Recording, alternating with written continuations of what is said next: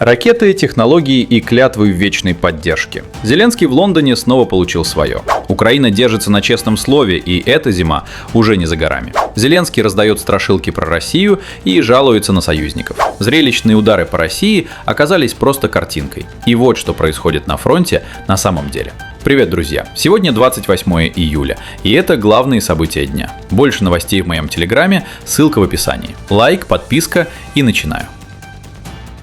Политическая чехарда на Даунинг-стрит продолжается. Премьеры в Британии меняются как перчатки, а вот линия Лондона по украинскому конфликту не сдвигается ни на миллиметр.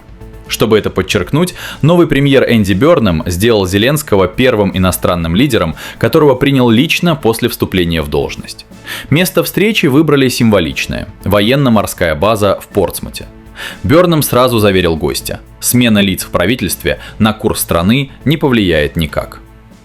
Владимир, вы первый лидер, которого я лично принял с момента вступления в должность, и это не случайно. Это сделано для того, чтобы послать очень четкий сигнал. Мы на 100% с Украиной. Я лично на 100% с вами, господин президент. И я выполню все обязательства, которые наша страна взяла на себя перед Украиной. Зеленский приехал в Британию за ракетами и, судя по всему, получит их, по крайней мере, именно так Бёрнэм позже заявил журналистам. За закрытыми дверями стороны долго обсуждали поставки систем противовоздушной и противобаллистической обороны. Это был важный вопрос для обсуждения сегодня. Речь шла о противоракетной обороне и поставках систем ПРО в Украину, особенно в контексте защиты критически важной национальной инфраструктуры в зимний период, который в Украине может быть очень суровым. Мы подробно обсудили этот вопрос. Но одними ракетами дело не ограничилось. Лондон пообещал передать и технологии. Британский премьер анонсировал отправку новых разработок радиоэлектронной борьбы для защиты от беспилотников. В знак наших намерений я могу объявить сегодня, что мы идем дальше. Мы предоставляем Украине новую отечественную технологию радиоэлектронного подавления – дроны. Это поможет им поражать цели и спасать жизни украинцев. В ответ Зеленский пожаловался на главную, по его словам, беду. Украину фактически отрезали от Черного моря, и от этого страдает вся логистика. Россия пытается перекрыть маршруты через Черное море к нашим портам в Одессе. И мы делаем все возможное, чтобы этому помешать. Каждая перекрытая морская артерия – это не просто отдаленная проблема. Это удар по глобальной безопасности. Это удар по мировой торговле. И это приводит к росту цен во многих странах. В финале Бёрнэм и Зеленский вместе рассуждали о будущем возвращении к переговорам. Мол, голос Украины и Европы там станет решающим. Мы будем поддерживать вас в стремлении к полному и безоговорочному прекращению огня. Украина уже изменила ход этой войны. Вы переигрываете Россию. Итак, мы будем продолжать оказывать давление, добиваясь прекращения огня и возобновления переговоров, в которых должна участвовать Украина и в которых будет звучать сильный голос Европы.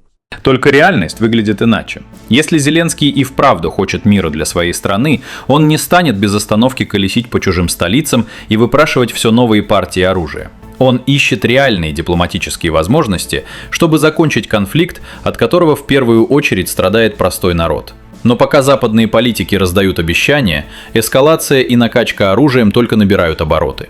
По сути, каждая такая встреча – это не шаг к миру, а еще один шаг, который отделяет стороны от прекращения огня.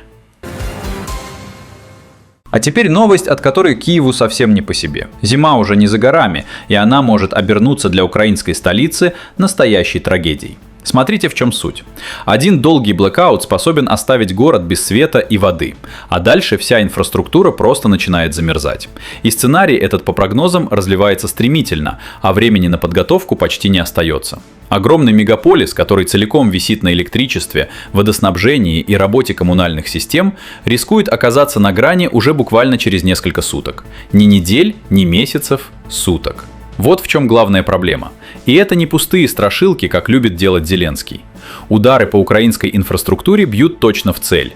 Энергосистему в столице потрепало так, что даже сейчас, летом, свет отключают надолго и без всякого расписания. А что начнется, когда ляжет снег и ударят настоящие морозы? Показательно другое. Сами украинские военные уже советуют переждать зиму подальше от столицы, в селах. Там, мол, инфраструктура лучше готова к длительным отключениям. Вдумайтесь, люди при погонах открытым текстом намекают, что в городах этой зимой будет по-настоящему тяжело. Если даже военные готовят народ к худшему, о чем на самом деле думают в кабинетах власти? А там, в кабинетах власти, тем временем совсем другая повестка. Что не интервью Зеленского, то очередная победная речь. Про прорывы, про больше давления на Москву, про светлое будущее. Про замерзающие города почему-то ни слова. По сути, разрыв между картинкой сверху и реальностью на земле становится все заметнее. Наверху – уверенные заявления и громкие обещания. Внизу – люди, которые всерьез прикидывают, где встретить холода, чтобы не остаться без тепла и воды. И этот разрыв уже совсем скоро обнажит наступающая зима. Идем дальше. Пока в Лондоне раздают обещания, сам Зеленский снова взялся за микрофон. Он дал развернутое интервью, и оно опять свелось к двум вещам – пугающим прогнозам и упрекам в адрес западных партнеров. На этот раз он решил рассказать миру о том, что якобы происходит внутри России. По его словам, Москва вот-вот запустит масштабную волну призыва. И он даже назвал конкретные даты, сославшись на данные своей разведки.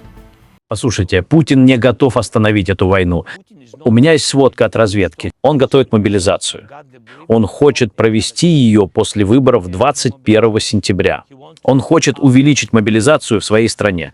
Не очень открыто, потому что боится своего общества, но он сделает это в первые дни октября, если мы не создадим ему проблем с логистикой, оружием, бензином, дизельным топливом, и если наши партнеры не введут тотальные санкции против его агрессии.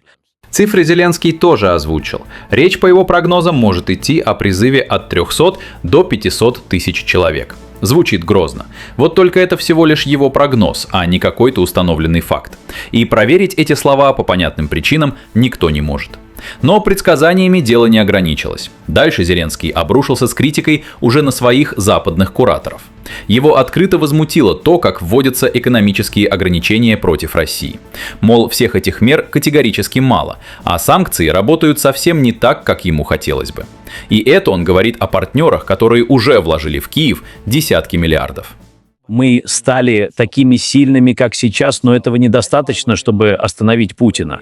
Во-первых, мы должны быть сильными и делать для этого все, о чем я вам сказал. Во-вторых, нам нужны сильные партнеры, а партнерам нужно усилить санкции против России.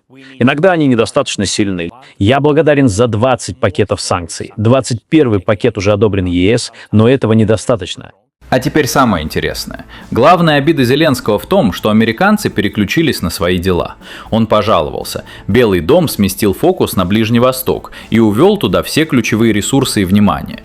В итоге Украина, по его словам, осталась на голодном пайке, без нужных ей ракет. И говорит он об этом открыто, с явной досадой, почти не скрывая раздражения. Нам нужна противовоздушная оборона как можно скорее. А из-за ситуации на Ближнем Востоке у нас с этим дефицит. Теперь я понимаю, в чем корень проблемы.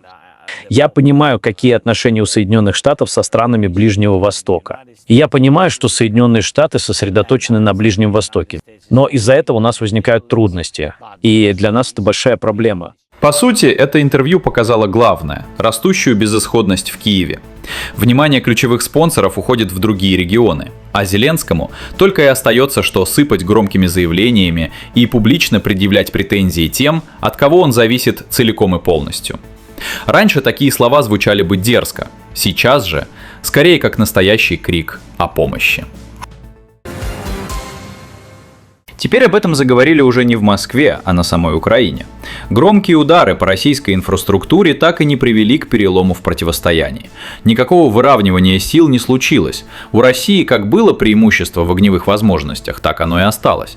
Более того, разрыв за последние месяцы только вырос. И это не пропаганда, не чья-то трактовка. Это признают уже сами украинские эксперты, открытым текстом. Смотрите, что они говорят. Украинские удары по России, да, зрелищные, да, эффектная картинка для новостей и соцсетей. Но за этой картинкой почти ничего не стоит. Красивый кадр и все. На реальный ход событий это почти не влияет. А что в это время делает другая сторона? Методично, без лишнего шума, выводит из строя инфраструктуру. И в куда больших масштабах. Разница в подходах налицо. Одни работают на эффект, другие на результат. дальше больше. Украина фактически осталась без выхода к Черному морю. На ряде участков фронта российская армия продолжает продвигаться вперед. А в небе отдельная история. По беспилотникам у России сегодня перевес и по количеству, и по качеству. То есть по всем ключевым направлениям – земля, море, небо – картина складывается явно не в пользу Киева. И переломить ее быстро уже вряд ли получится. И самое важное – об этом говорят уже не только простые люди и не анонимные каналы в сети. Об этом в открытую рассуждают высокопоставленные офицеры украинской армии. Люди, которые видят реальную обстановку изнутри, а не с экрана. Когда правду начинают признавать даже те, кому она совсем не выгодна, значит замалчивать ее дальше уже просто не получается. И картинка окончательно расходится с реальностью. Ну а теперь, как всегда, коротко подобьем главное за сегодня. Итог выпуска выходит невеселый для Киева. В Британии новый премьер, а песня все та же. Зеленскому пообещали ракеты и технологии, но ни на шаг не приблизили к миру. Впереди зима, и она может обернуться для украинской столицы настоящим испытанием. Сами военные советуют переждать холода подальше от города. Зеленский тем временем сыплет мрачными прогнозами про Россию и жалуется на союзников. А главное, за красивой картинкой ударов перелома так и нет. Преимущество остается за Москвой, и признают это уже сами украинские офицеры. Ну а ваше мнение мне интересно вдвойне. Пишите в комментарии. Лайк и подписка неплохо помогают каналу, а все важное лежит в моем телеграме. Ссылка под видео. С вами был Медиашот. До новых встреч. Всем пока.